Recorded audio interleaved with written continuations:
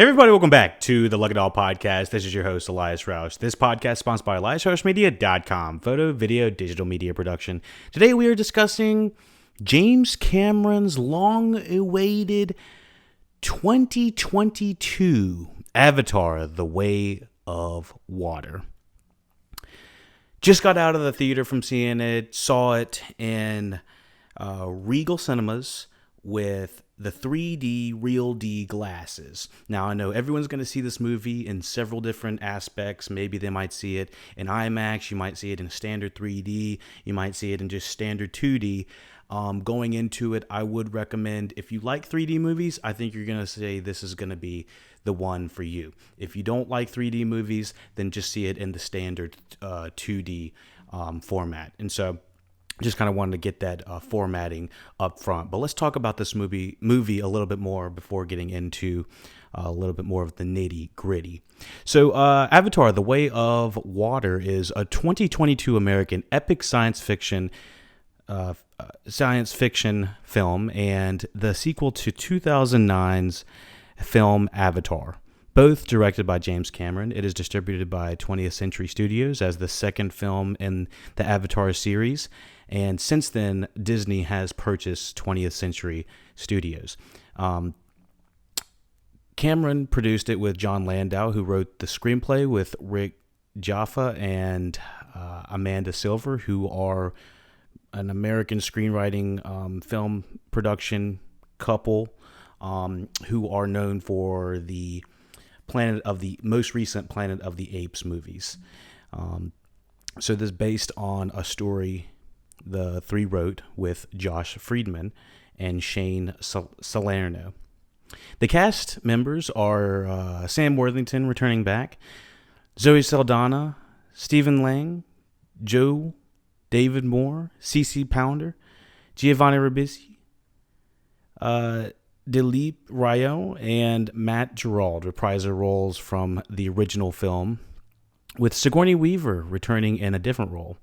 New cast members, including Kate Winslet, Cliff Curtis, Eddie Falco, and Jermaine Clement, have joined the cast as well. And so we've got the behind the scenes of this. So let me kind of give you some of my critiques of Avatar going into the movie before actually seeing it. So going into it, we've already kind of done the Avatar 2009 review. Go back and check that podcast out. But in a quick summation, I would say that Avatar 2009, very visually impressive, definitely changed the landscaping of how film was created, made. James Cameron, like I said in the podcast, is always about every 15 years, 10 years, is kind of pushing the medium forward. And so Avatar, The Way of Water is no different from the rest of his work with regards of how it's pushing the film medium forward. It is, going into it, I was expecting really, amazing visuals, just as the first one. The first one didn't have the heart. It was way more camp. This one has the heart. And so I think that Avatar, The Way of the Water is way more of kind of the Empire Strikes Back, The Force Awakens-ish to the original movie that has come before. And when I say that, it's kind of improving upon, not necessarily changing up in directions that I think are unorganic. I feel like this movie is much more of the perfected version of what the 2009 version probably would have been. So, with saying that, right off the top, should you see it? Absolutely. I think this is going to be a movie that is going to be an experience to see with friends, family, random people in the theater, whoever. It's an experience like none other. I've watched a lot of Our Planet and Our Universe. It's nature documentaries on Netflix and stuff like that, and kind of watching that, going into watching the Avatar, The Way of the Water, it felt seamless in transition. It felt like I was watching a nature documentary for most of the slower scenes of this movie in the best ways possible. It was just absolutely luscious with color. The world felt lived in. The special effects. There wasn't, with the exception of the high frame rate, which we're going to talk about in a minute, I thought the special effects were outstanding, and they pushed the medium forward. Now, let's talk about the high frame rate real quick, because there's different aspects of this movie. You kind of have to break it down, each from the production, how it's been in kind of production hell for like 8 to 10 years or something like that, since like 2009, and just constantly being pushed back on the timeline to the fact of they're like, hey, we've shot about 2 or 3 avatars, we got him locked and loaded in the chamber. It's all about the special effects and how much box office money that can come in and justify how much it's going to be, how much they should put into these movies. So like I said, in the first Avatar 2009, that one grossed almost $3 billion on, I think it was about a $200 million budget, $237 million budget. And so for this, we've almost doubled the budget up to $350 million to $400 million. I don't think that includes promotion and marketing, so you got to add that to it. I think James Cameron has been on several interviews since the campaign for this movie to come out, and has just said that the business model for these types of movies are just not sustainable. They have to create so much money to justify its worth. Now, I am curious if this is going to make people want to buy Avatar merchandise. I talked a little bit about that in the 2009 film as well. So, like I said, different aspects of this movie, we're going to try to cover each one that we can as efficiently as possible. So yeah, it was in pre-production hell. A lot of people were kind of like a little bit uneven about the first movie. Did we like it? Did we not like it? Most people thought it was respectable, but not anything that people remembered and referenced all the time. They, like I said, they didn't have many lines that really stuck out. The "we'll be backs" of the world. People weren't saying, "I see you" daily, and now people might be. I don't know. People were kind of saying "I see you now" as ironically, because that nobody remembers it. So people have gone back. A lot of critics have gone back, checked out the first Avatar 2009, said, are we going to have an Avatar the Way of Water where we're going to have Stephen Lang coming out, saying, we ain't in Kansas no more and these things going to eat your eye like juju beads, is it going to get that kind of campy and wacky?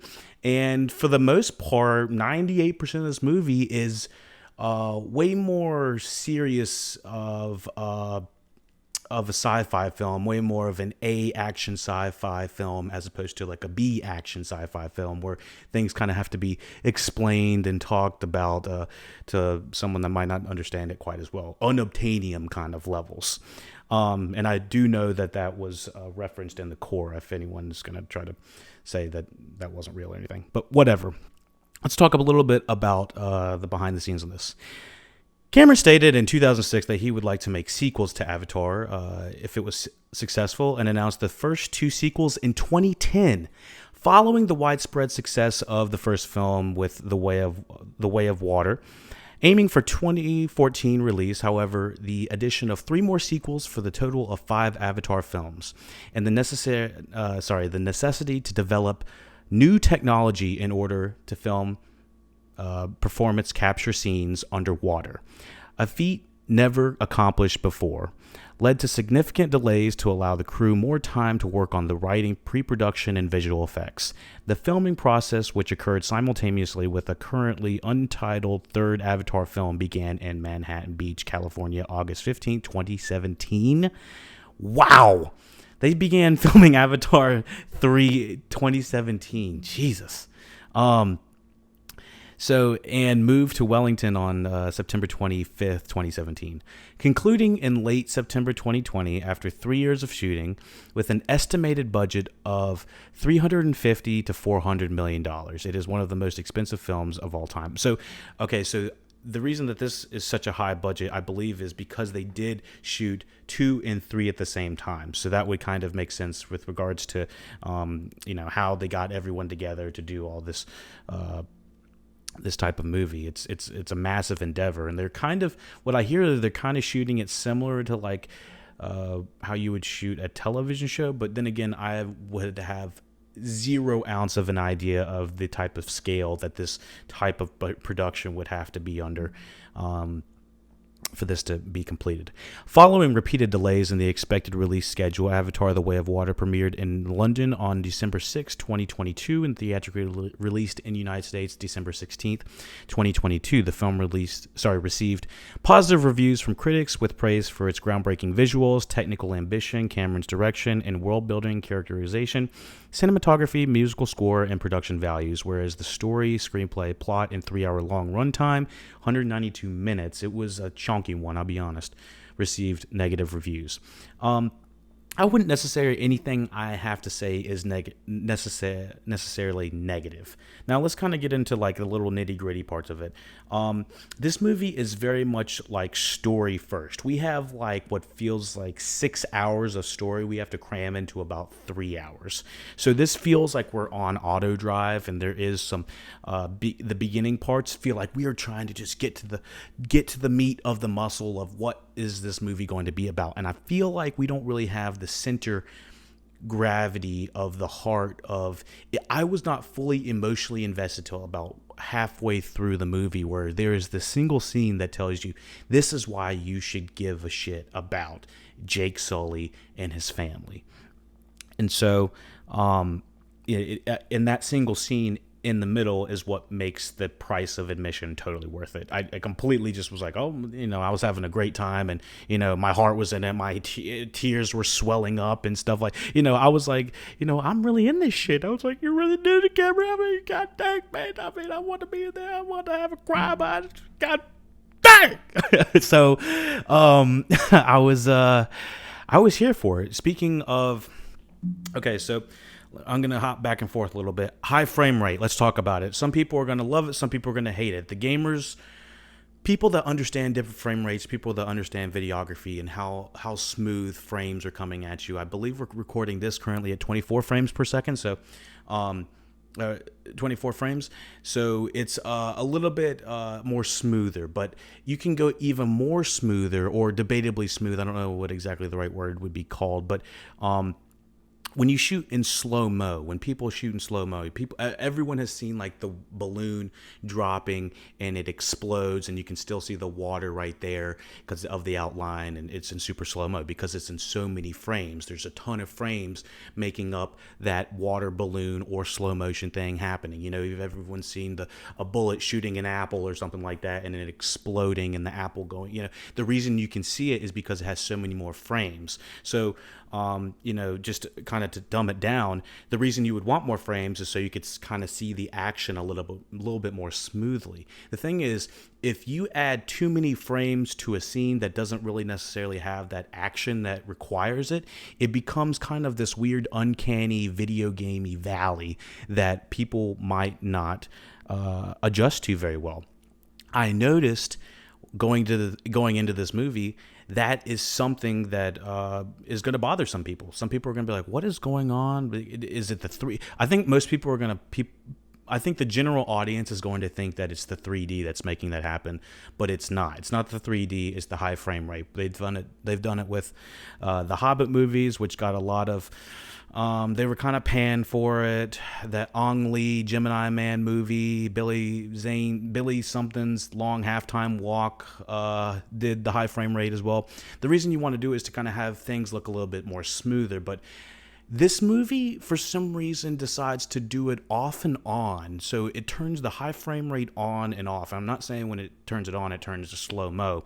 I'm just saying that it turns the high frame rates on like midway through a scene. And I don't necessarily think that is the smoothest transition into using the high frame rate. So when you're first watching it, you're like, why is this kind of like coming back and forth? And several times I was watching it at the beginning when people were just talking, it felt like the button should be popping up in the corner that says click right button or right trigger or click A so that you can get your character to do this. Multiple times I was like, it kind of feels a little bit like I should be playing a video game, especially after playing Spider-Man 2 or 3 years ago on PlayStation, that the video game-ness quality of it is kind of blending in with the CGI quality, and the frame rates are kind of overlapping those mediums a little bit. And I think that some people are going to like it and some people aren't going to like it. Let's continue on. So we have Russell Carpenter coming back as the cinematographer. Same cinematographer as The True Lies. Worked again with Cameron, as well as winning an Academy Award for Best Cinematography for Titanic. So this guy, he's kind of notable, just a little bit. And again, this guy is 72. Think about this guy being on this project. He was 62 almost when they had announced this. So I couldn't even imagine that. Just thinking about how much this movie would have taken up so much of their lives. I know Cameron, obviously, because he's head of it, but still, I'm like, my God, this guy's. If each movie's going to take 10 years, it's like by the time the fourth one comes out, it's just going to be. You're going to be like 80, 90 years old. So, yeah, that's Russell Carpenter, the cinematographer, and I love the way this movie looks. Single frames of this, I just want to have like hung on the wall or something like that. The music by Simon Franklin. I don't think it's definitely not the same guy as the original. The original guy was James Horner. And so we're bringing Simon Franklin on here. Franklin. So he did work on Avatar 2009, but I don't think that was his.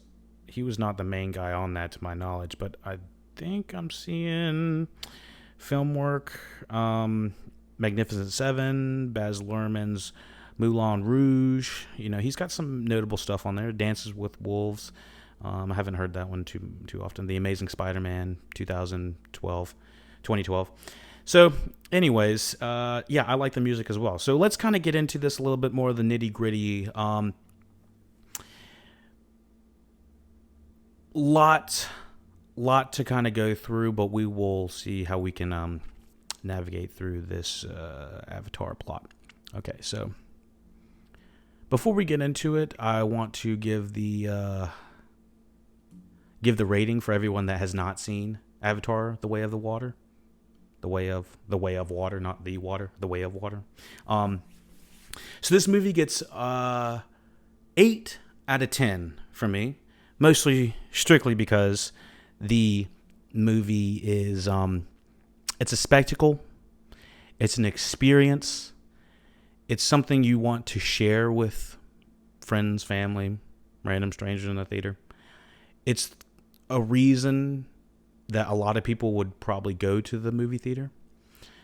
And yeah, I was kind of on the fence. I was about a 7 out of 10 for about half the movie, and then it just kind of I think there's this one scene we'll talk about in the middle that just it flips it, turns it on the dime, and I'm like, wow, this is something noteworthy. This is something to recommend. And I definitely think it's on my top 10 of the year. So let's hop into the plot for Avatar: The Way of Water. 8 out of 10. Thank you for listening, watching LuckyDog Podcast. Thumbs up, subscribe. You know what to do. Everyone that is dropping off right now.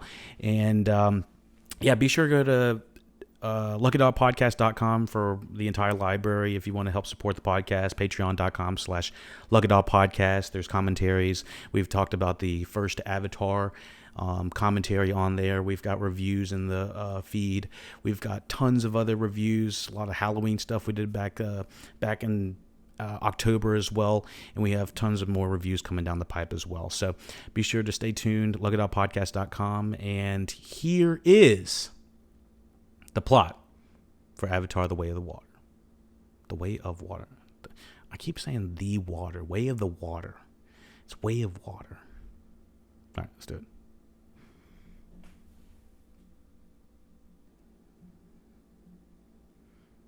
Here's the plot.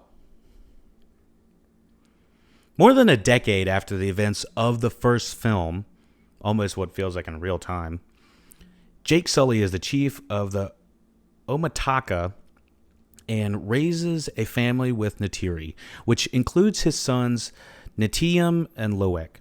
His daughter Tuk, adoptive daughter Kiri, born from Grace Augustine's inert Na'vi avatar, which I got questions about. It's like, who the father is? And I don't know. And a human boy named Spider. The son of Colonel Miles, Quarch, who was born on Pandora because infants cannot survive cryostasis journey to Earth. To the Na'vi's dismay, the RDA returned to Pandora to colonize it and build a new operating base and settlement called Bridgehead City. Among the new arrivals is Korik, cloned as a Na'vi and uploaded with his template's memories from before his death. So let's talk about this a little bit. This beginning is, I think it jumps around a lot. It is kind of what feels like the first 30 minutes or the first, 40 minutes is trying to gather everything we've learned about the previous movie, what we're got to learn about this new movie, all these different new characters, what happened to Colonel Miles. He has a new son. They have some, Jake Sully and Neytiri have all these kids. I was a little bit on edge about the kids because sometimes kids can be a little bit, they're just written bad, honestly. Usually it's not the kids' fault. It's normally they're written bad. I think these kids in the entire movie are pretty damn excellent. Short little thing. Neytiri is a little bit on the short string on this movie. They don't give her tons to do till relatively the end. Jake Sully, he's not in this movie tons. I feel like most of this movie does focus around the kids for better, and I think that it's a little bit more inquisitive in learning about the way of the water and the Pandora world through the eyes of the kids instead of kind of boring and dull Jake Sully. And when I say that, it's not Sam Worthington. I'm saying the character Jake Sully. I watched Avatar 2009, and I was like, it's not Sam Worthington's fault that his character is dry as a bucket of nails. And I guess that's a bucket of wood. I don't know what the hell's dry. But anyways, he's just super fucking dry in that movie. This movie, he has more of a motivation and understanding and not so much of a sinister motivation as the first one. Everyone knows if you've watched the first one, considering you have because it's the second movie, spoilers forward if you haven't, that over half the movie, Jake Sully is quote-unquote undercover working for Colonel Miles trying to figure out how to get under the mother tree or the human tree or the life tree or whatever.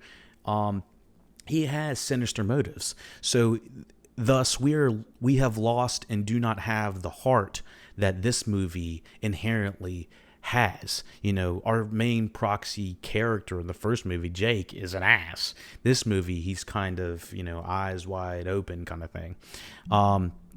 So let me see what else we got to do. Colonel Miles Korik. Couple issue, not his character is very two-dimensional. Basically, he's made a clone of himself, and his clone is an avatar version of himself. But the rest of his team is also avatar versions of themselves, which I didn't understand why everyone was doing that. If anyone dies in this world, you can basically become an avatar version of themselves, which is kind of a scary way to think about it. With regards of like the story element, it's like, all right, so technically no one ever really can die if you can just create a clone. It's a clone of a clone. It's essentially him. It's a way to bring him back. Kind of a mixed feeling about it. I wish they would have tapped on the parental figure of him in the Spider-Boy a little bit more. It feels like it's something that they want to kind of save for a later movie, maybe 3 or 4. But overall, I like the connection with the Spider-Boy and Colonel Miles. Colonel Miles just needs a little bit more dimension to him, and I think that that's what that kid was close to doing. And I also think Colonel Miles is actually the father of the adoptive daughter, Kiri, who is played by, I think that is actually Sigourney Weaver as well.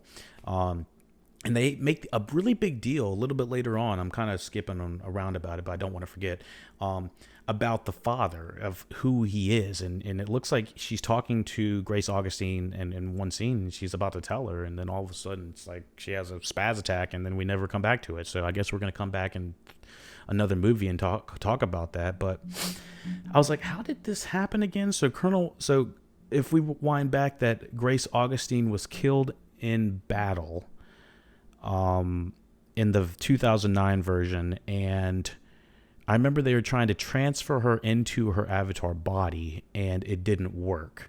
And so what happened was I guess they kept her body, and now they have it in kind of like a Bacta tank, like from Star Wars and whatnot. So, yeah, I think that rounds everything up. My overarching feeling was it was a little bit choppy getting back into this world. I was a little worried. Jake initiates a guerrilla campaign against the RDA supply lines. Korik conducts a counter-insurgency mission against Jake by leading a group of other reconnaissance Marines resurrected as Na'vi recumbents. Now, I think it's kind of right here where Colonel Miles is just obsessed with Jake Sully, and it's mostly because of his human self recording a message to himself and saying, if you want revenge on somebody, which you're probably going to want, then it's Jake Sully you're going to need. It's like, all right. So it just feels like Colonel Miles is just like almost like the Terminator in the same way, like just like looking at this guy, just anything he does, it has to be to get Jake Sully kind of thing. And I kind of wish he was a little bit more dimensioned and just be like, kind of like he was in the first one, where it was just not necessarily about a guy, it was about a mineral. And so let's continue. And to be honest, it doesn't look like the Na'vi have really gotten much of an upper hand against the RDA of the colonizers. It seems like it's only gotten worse, which kind of surprised me. During a patrol, Korik, that's a hard name. Korik captures Jake's children. Jake and Natiri arrive and free most of them, but Spider is taken by Korik, who recognizes the boy as his son. He decides to spend time with him in order to draw Spider on his side, and in turn, Spider teaches Korik about Na'vi culture. And I kind of saw this happening. I was like, either the father's going to turn on the good side or the boy's going to turn on the father's side. And I just watched Empire Strikes Back. I don't know, what was it, last night. And I actually watched behind the scenes documentary today. And I was like, wow, it's amazing how much this movie is kind of on the same patterns of the parental aspects as The Empire Strikes Back. And so most of this I was seemed very of the course, seemed natural, and we've also seen this kind of done before in other movies. Not necessarily that this is doing it it's not revolutionizing anything at this point. Aware of the danger, Spider's knowledge of his whereabouts posed to their safety, Jake and his family exile themselves from the Omataka and retreat to the Medakaya clan at Pandora's eastern seaboard, where they are given shelter. Even though some of the tribesmen deride Jake and his children for their genetic human heritage, and everyone is calling them basically like half-bloods or whatever they called them in Harry Potter when you were half wizard, half not. It's kind of, they're doing the same thing here, but they're half Na'vi. So what else do we have? The family learns the ways of the reef people. Kiri develops a spiritual bond with the sea and creatures, and the Loak befriends Tressa, the daughter of the clan chief, Tonaror, and his wife, Ronal. Who was... Okay, so free diver of... Okay, so yeah, okay, so Kate Winslet is... Okay, the wife. Okay, so I was just trying to figure out who these actors were. I haven't seen some of these people before, actually. So, yeah, Stephen Lang, Cliff Curtis. Cliff Curtis always be playing everything. He plays every single he plays every single race, including the Na'vi race. Oh my goodness.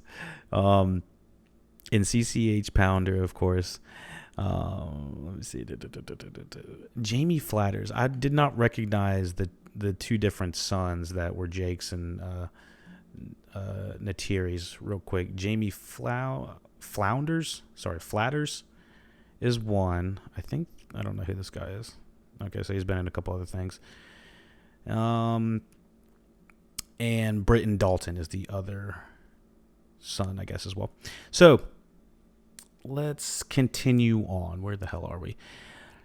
And so, yeah, I do love the visualization. I kind of feel like the first half of this movie is a little bit slower in pace just because it's a lot of catching up and a lot of things that we've kind of known, seen, people we've seen, known before, that kind of thing. The first hour and a half of this movie, maybe not that, maybe first hour of this movie feels like the same team that made the first movie. But then we come into this last 2 hours of Avatar 2, and it feels like a brand new revival. When you get to the water planet, you're on the water planet, when you get to the water world, it is just beautiful beyond belief. I mean, there's just scenes of them swimming with these giant whales and these like new little creatures. We see some of the old creatures at the old place, but the new creatures are all cool.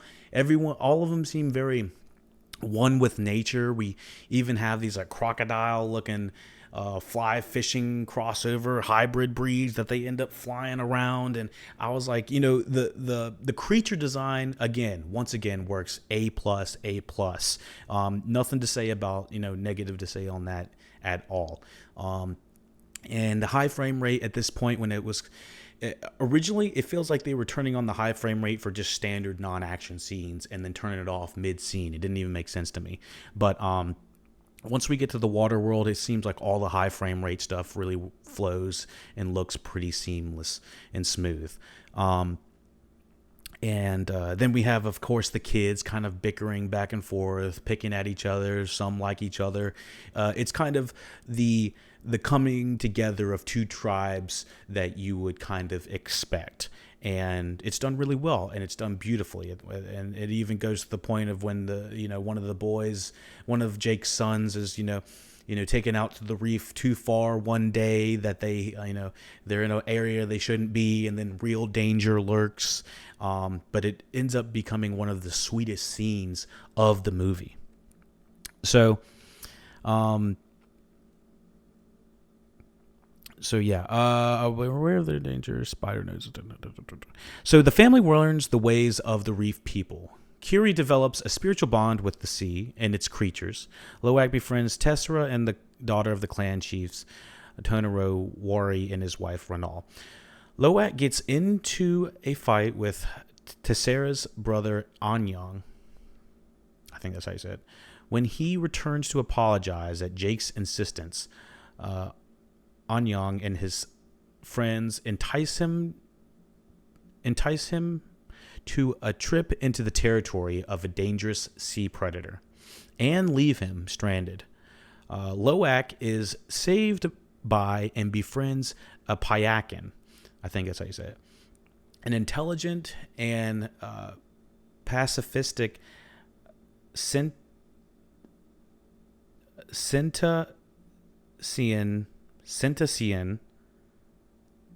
species known as a Tolkien, whom the Medikayan considers their spiritual family. Sorry, I feel like I just like lost my body for a second. I was like, what the fuck language am I even speaking?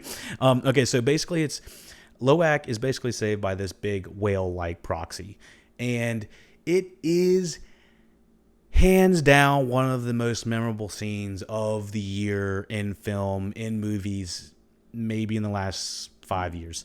I don't want to go 10 years yet. I can't remember in 10 years, but maybe in the last 5 years. It's one of those scenes that it feels like you're eating an apple whole. Like, I was holding back the tears. I was like, this is so beautiful, of this creature that probably doesn't even exist, but it's supposed to be kind of these two creatures that don't exist, of an actor I've never even seen before. It was like perfection. It's what you really look for in storytelling, to make it make you moved, I guess, is kind of what I'm trying to say in a non-elegant manner. But anyways, he befriends this whale, and there's just shots of them like swimming together, holding fins, and he's helping them out, pulling out these these spears that have impaled him in certain areas. and it was just really sad to see this happen. And you kind of get like a first person POV vision, whale vision. You can see him, and all you kind of see is this eyeball. Actually, I think it's two eyeballs, big eyeball, small eyeball, and they're kind of just both looking at Loak. And it is just a moving ass scene. I was like, good God. And every scene the whale was in, I was like, oh. And it's got that feeling of me and my dog kind. I don't know if there's a specific name for that type of genre or movie, but it's when you have a main character and he befriends a dog and you just love their connection, and of course there's probably the inevitable, the dog has to either die or becomes endangered or something. You just don't want anything to happen to that dog. That's what this whale is for Loak. And Loak, I mean, they become more friends than they do like pet. He's not really like his pet, he's more like his friend. But then you see like how his arm, his fin has been chopped off on one side, and he's just been in pain, and you get like a flashback vision of what he's had to go through, of why he's an outcast. And it's a really sweet but sad story. I think that this entire movie can kind of be summed up as sweet but sad. So Loak is saved by Payakin.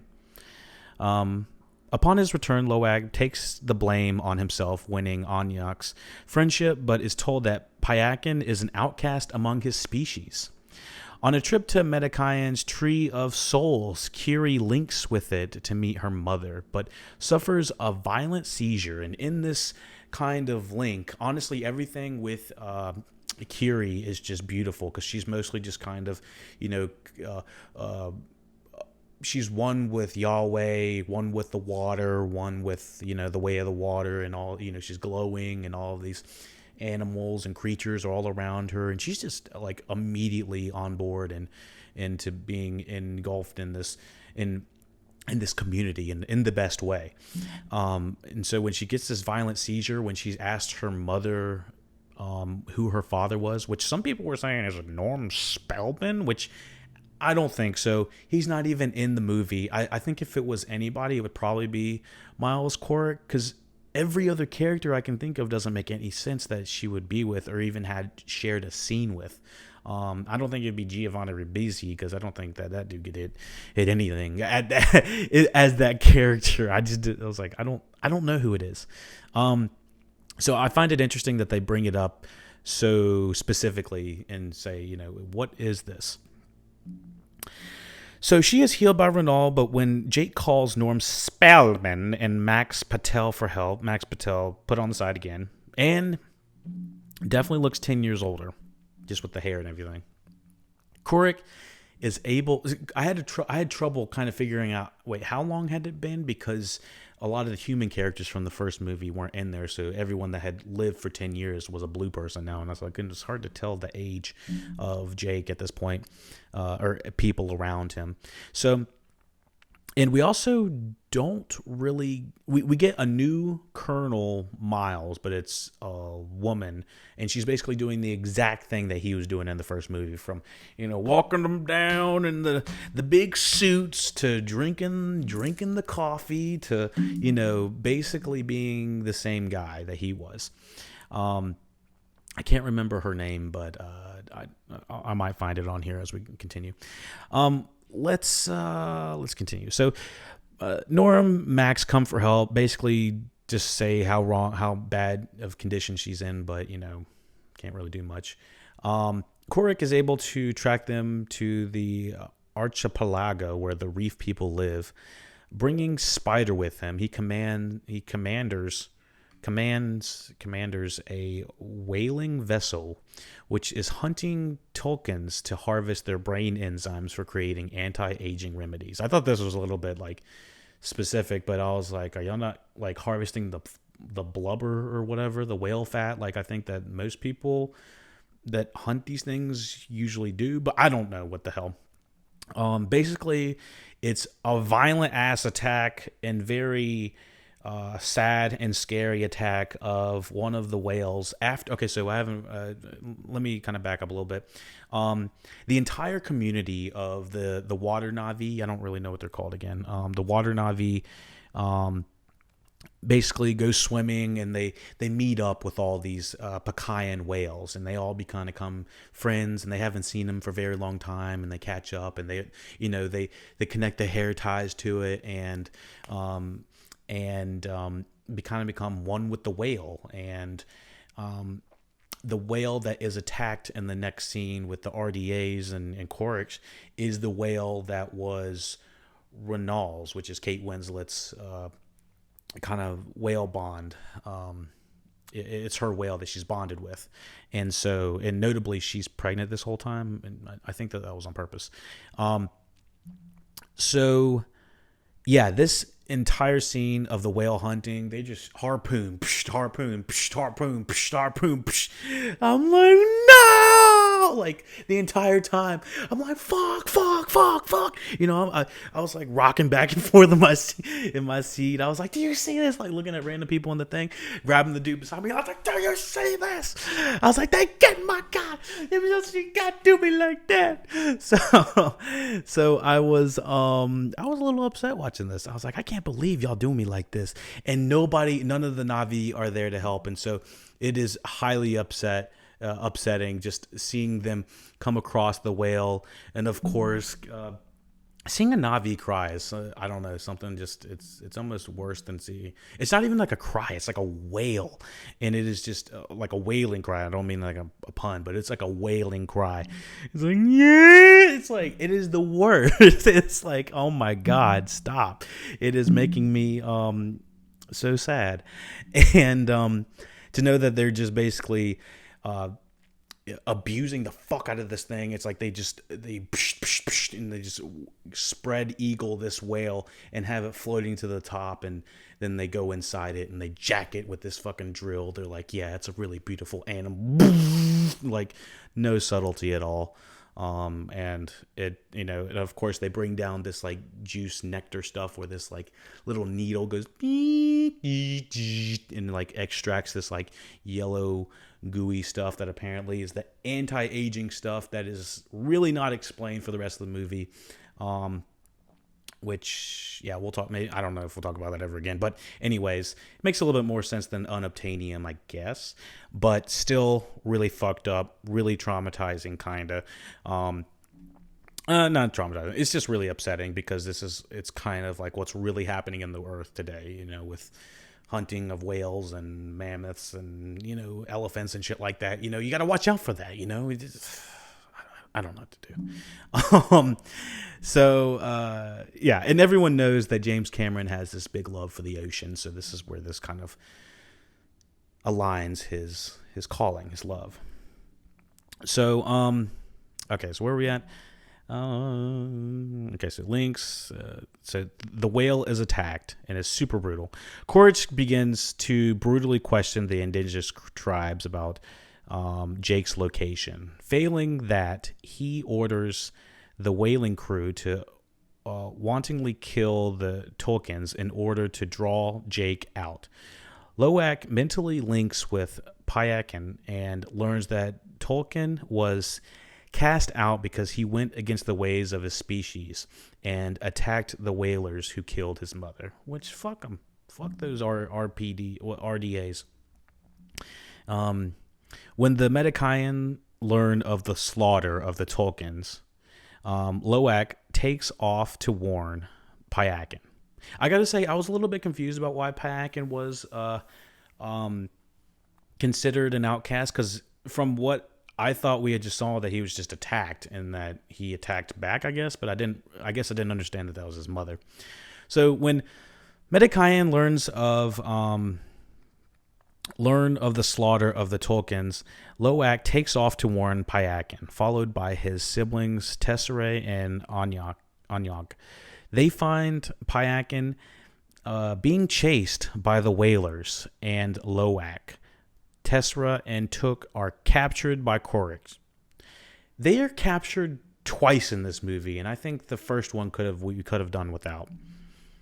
With the children in danger, Jake and Neytiri and the Medicaean, Kanya, set out to confront the humans.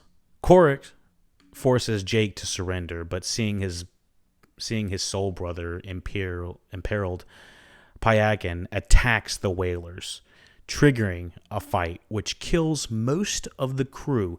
And this final fight, like the first one, it was epic. Just fucking big ass fucking ships against some big ass fucking arrows and some big ass blue people. It was wild. The whole thing was wild. I mean, I can only say so much about it without you going to see it. I had a fantastic time watching it. I just think that 3 hours at this point, I had been in the movie theater for 3 hours and there was still 30 minutes left because I'm not including the trailers. I was very much ready to head out almost any time at the third act, mostly because I had been there for 3 hours. I was like, this is a fantastic movie. I love a lot of fantastic movies. I don't need to sit here for 3 hours. I don't feel like it was justified to be 3 hours. I mean, it's putting as much shit as you can, as much stuff, story, character, love, money on the screen as possible. I still didn't need to be. It's just difficult for me to sit there for 3 hours or expect someone to sit there for 3 hours. And I guess some people will be like, well, you watch a 10-hour Jeffrey Dahmer series and horrible shit's fucked up all in that for 10 hours. And yeah, but I can pause it anytime. I'm laying on my couch when I'm watching it. I don't have to pay attention. I can go cook something. I don't have to have my full undivided attention. And I just think I was just sitting there at 2.5 hours, not including the 20 minutes. Just think about it. Just out of the movie. So if it's a 3-hour film, 25 minutes of trailers, it takes 25 minutes to get there. That's almost a 4 hours devoted completely just to this movie, give or take how close you live to the theater. If you don't live close, then fuck. Just go ahead and block off half your week for it. But you know what I'm saying? So, and don't even get me started on recording the podcast. Gotta record, export, upload. You know what? It's a fucking thing. Anyways, it's a lot of Avatar. But anyways, we're gonna get her out. So yeah, where am I at? The Korok fight forces Jake to surrender, but seeing his soul brother imperiled, Payakan attacks the whalers, triggering a fight. And that is a fucking badass. It was like, and it's just like boom. And I was like, dude, this is fucking sick. And I was like, this is what we came for. This is the James Cameron action that we came for. A fight which kills most of the crew, critically damages the vessel, causing it to sink. And we have like these two, Jermaine Clement and this other random guy. I forgot his fucking name. I guess this is Captain Brendan Cowell, I guess. Let me see. Is it Brendan Cowell? Yeah, I think so. He's just like one of the guys that's just taking a lot. He's one of the British colonizer scientists assholes that is trying to Captain Mick Scoresby is trying to hunt the whales or the Tolkien, I think it's what it's called. And at one point he gets like pinned up against the wall, arm up like this, gets one of those like really thick wires up against his arm, and it just slices that bad boy off just like the whale. So it was a little bit of comeuppance for him, I guess. And then he gets thrown off into the river or into the ocean. But yeah, let me see who else we got. And Tessera and Spider. Sorry, I found out the cause of this thing. Natayam rescues Loak. Tessera and Spider, but is fatally shot. Vengeful Jake faces Korok, who uses Kiri as a hostage. Again, we're kidnapping the kids. Kids are kidnapped 3 times in this movie. When Neytiri does the same with Spider, Korok at first denies his son, but desists when Neytiri cuts Spider across his chest. And I was like, I'm not really sure if I believe Neytiri would even hurt the kid. Like, she's basically raised the kid for 10 years. I was like, there isn't no way. And I don't even think that kid would even believe that Neytiri would do anything. Jake, Korok, Neytiri, and Took end up trapped inside the sinking vessel. And this thing it's straight up, Avatar is now in Titanic. And so this fucking ship is just turning, just everything's like, it's like, oh, well, here we go. And I was genuinely scared. The entire family split up in like 3 different quarters. You got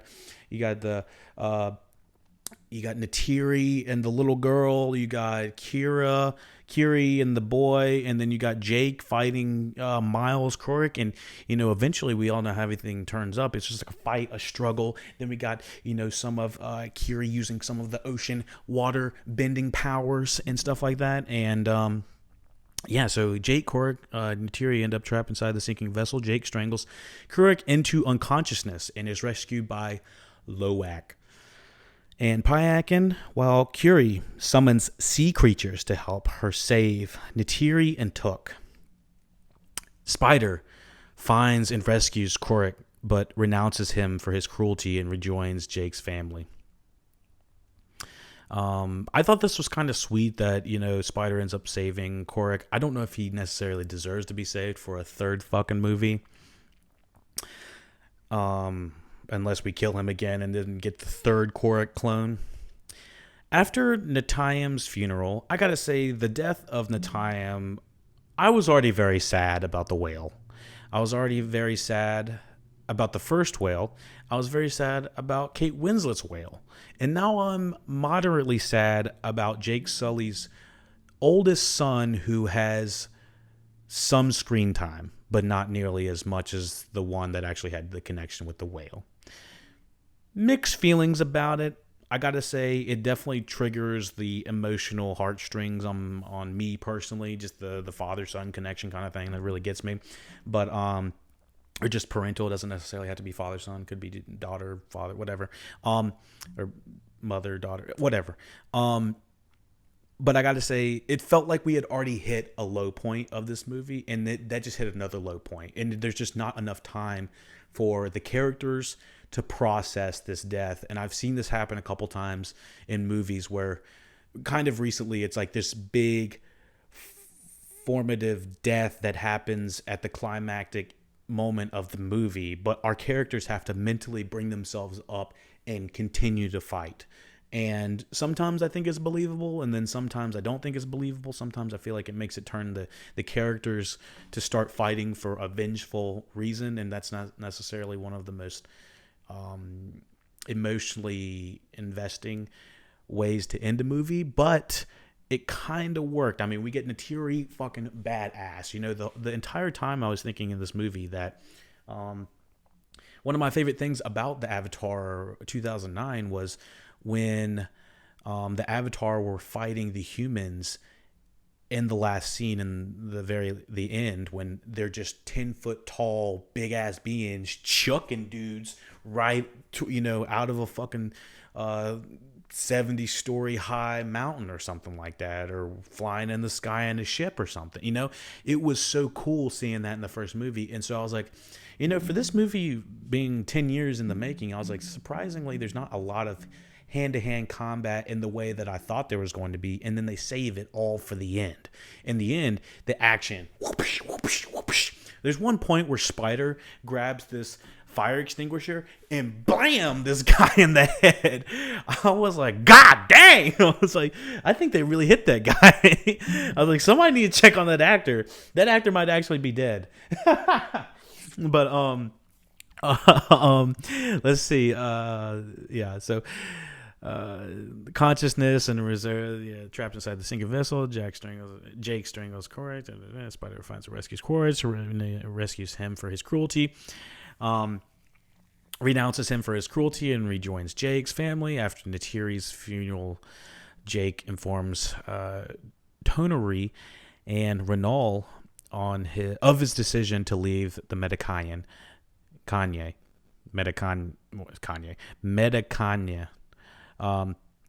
Tanawari.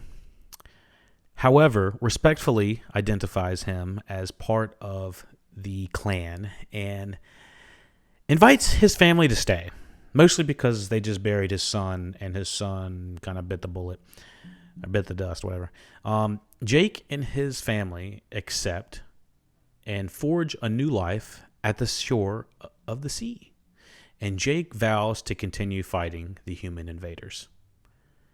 And then we get some pretty nice B-roll